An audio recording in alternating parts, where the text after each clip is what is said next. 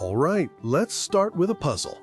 What if I told you that the secret to getting an avalanche of fruit from your trees this summer involves a pair of shears and a little bit of what looks like destruction? It sounds completely backward, I know. Cut off branches to get more fruit? Welcome to the February Pruning Paradox, and it's the most important secret weapon in a gardener's arsenal. Think of your fruit tree in February as a sleeping giant. It's dormant, resting. All of the energy it produced last summer is now stored down in its root system, like a fully charged battery just waiting for the spring alarm clock to go off. Now, here's where the magic happens. That battery has a finite amount of energy. If the tree wakes up with 100 branches and 1,000 buds, that energy gets spread thin, resulting in a lot of leafy growth, weak twigs, and maybe some small, disappointing fruit. But when we step in and prune in February, we're essentially giving that energy a new set of instructions. By strategically removing specific branches, the weak, the crowded, the unproductive, we are not reducing the energy in the battery. We're just telling the tree to send that same full charge to fewer, better-placed branches. It's a powerful redirection. For example, imagine a single overcrowded apple branch. Left alone, it might struggle to produce 20 small, slightly sour apples because it's competing with itself for sunlight and nutrients.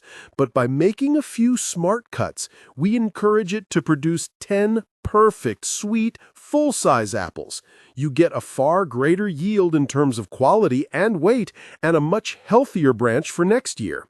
This isn't about harming the tree, it's about focusing its power. Every snip is a signal, telling the tree, hey, don't waste your energy on wood growth here, put it here into making incredible fruit. So, we've cracked the code on why this February pruning paradox works. We know we're redirecting the tree's hidden energy for a massive payoff. But just grabbing a pair of loppers and going wild won't cut it. There's a method to this madness, a language that the tree understands, and that language begins with mastering 3 foundational cuts that apply to almost any fruit tree you'll ever own. All right, before we even think about which tree we're cutting, we need to load our pruning toolkit with 3 universal, non-negotiable cuts. Think of these as the golden rules. Master them, and you're 80% of the way to a perfect pruning job on any tree. First up, the most important and satisfying one, the 3 Ds. That's dead, damaged, and diseased wood. This is your cleanup crew. Walk around your tree and look for the obvious culprits. Dead branches will be brittle, often darker in color, and have no living buds. Damaged branches might be cracked from wind or snow. And diseased wood can have cankers, weird growths, or discolored bark. Getting these out is non-negotiable. You're not just making the tree look better, you're performing tree surgery, removing entry points for pests, and stopping the tree from wasting precious energy on parts that are never coming back. Second, we play traffic cop and eliminate crossing branches. Look for any 2 branches that are touching, rubbing against each other, or growing into the same space. Where they rub, they create a wound in the bark. That wound is an open invitation for fungus and insects to move in and cause havoc. More importantly, they compete for the same sunlight and air. Your job is to decide which branch is stronger, better placed, or has a better angle, and remove the other one. You're opening up the canopy, which is crucial for getting sunlight to the fruit that will form later. And third, we go after the energy vampires, water sprouts and suckers. Water sprouts are those incredibly vigorous, perfectly straight shoots that grow vertically off of your main branches. Suckers are the same thing, but they emerge from the base of the tree or its roots. They look healthy, but they are a trap. These shoots almost never produce fruit, and they steal a massive amount of nutrients and water from the branches that will. Be ruthless. Cut them off flush with the branch or trunk they're growing from. By removing them, you are directly redirecting that stolen energy right back into fruit production. So, the 3 Ds, crossing branches, and energy vampires. This is your first pass, your fundamental checklist for every single tree. With these foundational skills locked in, we can now start to apply them with a little more artistry. Let's head over to our first subjects, where we'll combine these rules with some specific shaping goals: apple and pear alchemy. All right, you've mastered the 3 golden cuts. Now it's time to become a tree alchemist.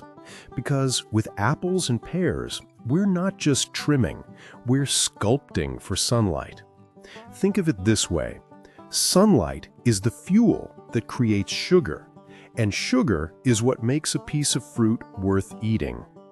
Our job in February is to design a tree where every single future apple and pear gets its own personal spot in the sun. For these pome fruits, we're generally aiming for one of 2 classic architectural styles. The first is the central leader. This is your classic Christmas tree shape. One dominant vertical trunk running right up the middle, with layers of scaffold branches spiraling around it, getting shorter as they go up. This creates an incredibly strong and efficient structure, perfect for bearing heavy loads of fruit.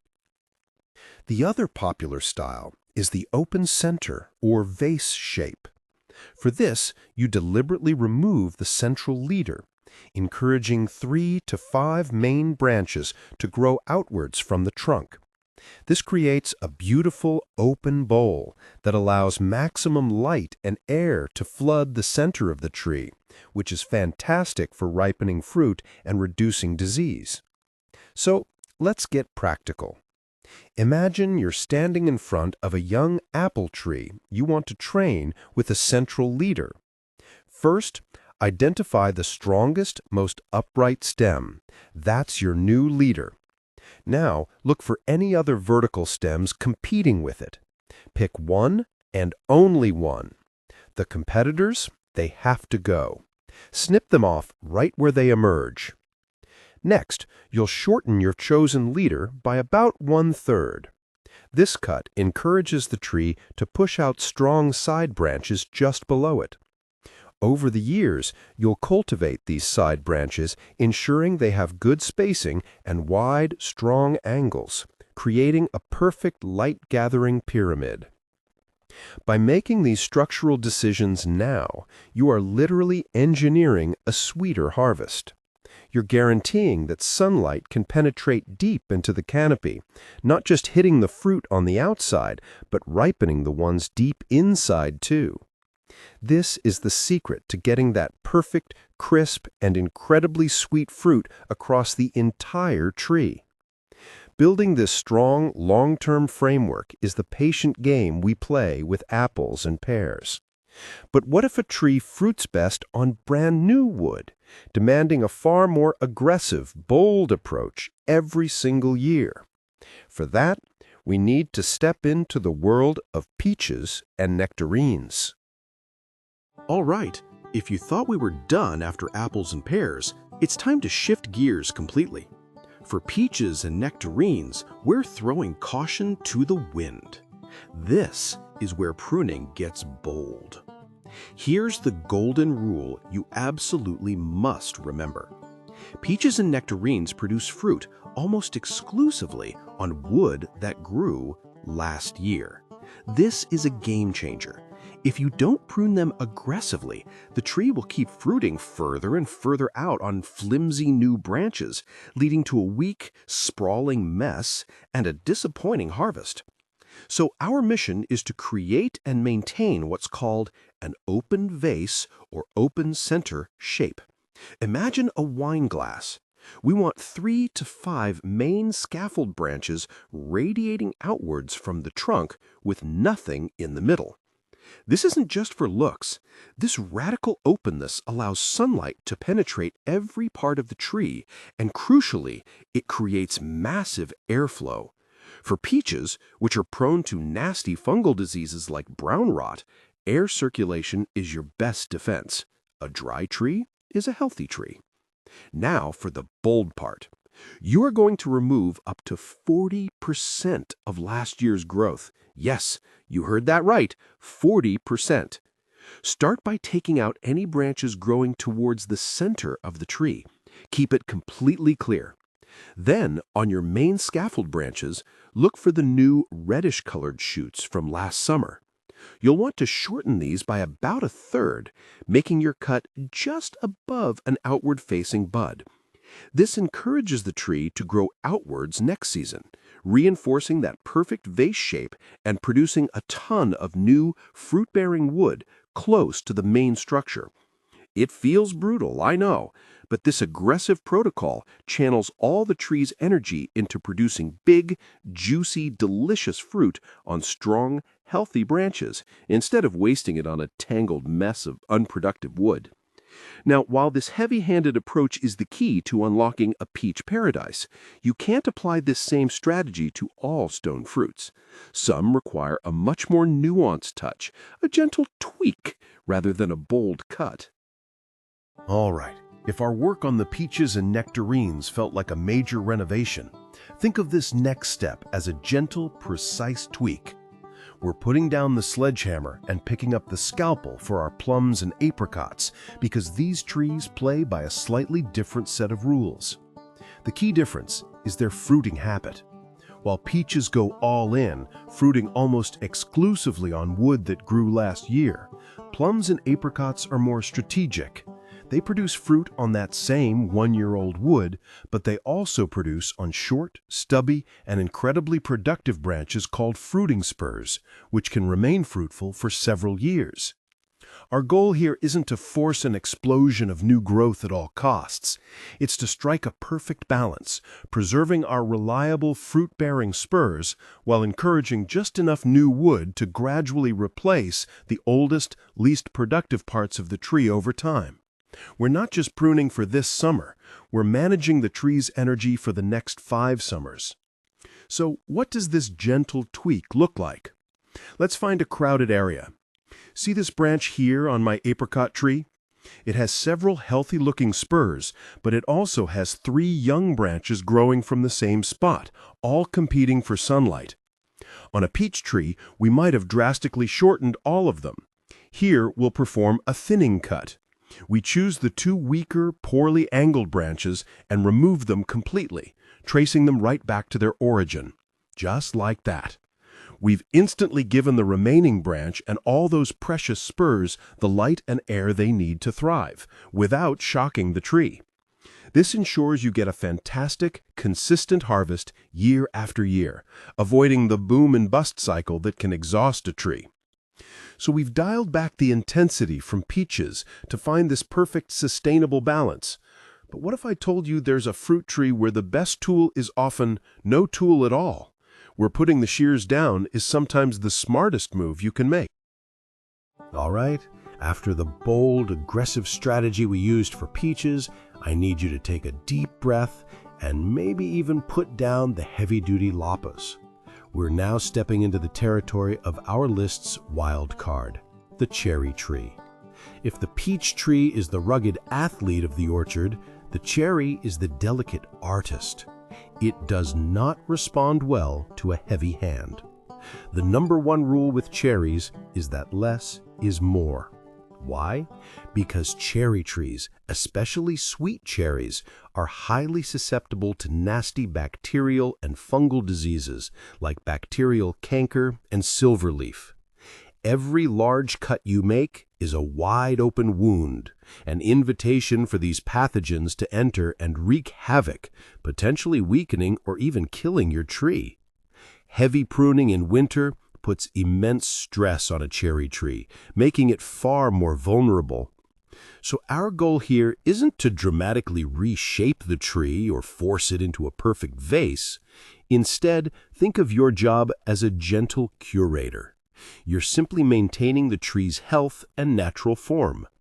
Your pruning shears should be used with surgical precision. You are still on the lookout for the 3 Ds, dead, damaged, or diseased wood. If you see a dead branch, of course, remove it, but beyond that, your focus is on very minor improvements. Here's a concrete example. Instead of cutting a main branch back by a third, Look for a small, thin branch that's growing back into the center of the tree, crowding its neighbors.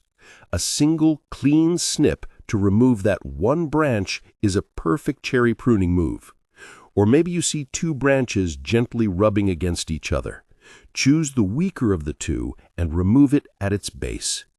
These small, targeted cuts improve air circulation and light penetration, just enough without ever creating the large wounds that invite disease. By adopting this minimalist approach, you are preserving the tree's energy and its natural defense systems. You're ensuring its long-term health, which is the ultimate secret to consistent, bountiful harvests for years to come. You're not just pruning for this summer, you're protecting all the summers after it. Now, making these precise cuts is only half the battle. Whether you've made a bold cut on an apple or a delicate snip on a cherry, what you do in the moments after the branch falls is absolutely critical for preventing that very disease spread we've been talking about and truly locking in your future success. All right, you've sculpted your trees into masterpieces of potential. The cuts are made, the structure is set, but don't put those tools away just yet. The work you do in the next 30 minutes is just as crucial as the pruning itself. Think of this as the final ritual to lock in your success and guarantee that explosive summer harvest. First, let's talk about hygiene. Throughout this process, you've been performing surgery on your trees. A surgeon wouldn't use a dirty scalpel, and neither should you. Every cut you made was a potential entry point for disease. The single most important post-pruning step is to thoroughly clean and sterilize your tools. Don't just give them a quick rinse. Use hot, soapy water to scrub off any sap and debris, then sterilize them with a 10% bleach solution or by wiping them down with isopropyl alcohol. This prevents you from accidentally carrying fungal spores or bacteria from a cherry tree over to your apples next year. Clean tools mean healthy cuts, and healthy cuts mean the tree focuses its energy on making fruit, not fighting infection. Next, we need to address the great debate: pruning sealants. You see those thick, tar-like paints at the garden center promising to protect the cut? Here's the secret. For most fruit trees, they do more harm than good. A clean cut on a healthy tree triggers a natural healing process called compartmentalization. The tree forms a protective barrier of callus tissue over the wound. Slathering on a sealant can actually trap moisture and pathogens against the fresh wood, creating a perfect breeding ground for rot. So save your money. Let your trees do what they've evolved to do for millions of years. Finally, what about that mountain of branches you just created? That's not waste, that's a resource. This is garden gold. If you have a chipper, shredding these branches creates the perfect carbon-rich mulch to spread around the base of your trees. It will suppress weeds, retain moisture, and slowly feed the soil as it decomposes. Smaller, disease-free twigs can be chopped up and added to your compost pile, enriching the soil you'll use next season. By turning this waste into a resource, you're closing the loop, building a healthier ecosystem that will support those massive harvests for years to come. You're not just a pruner, you're an architect of your own garden's abundance.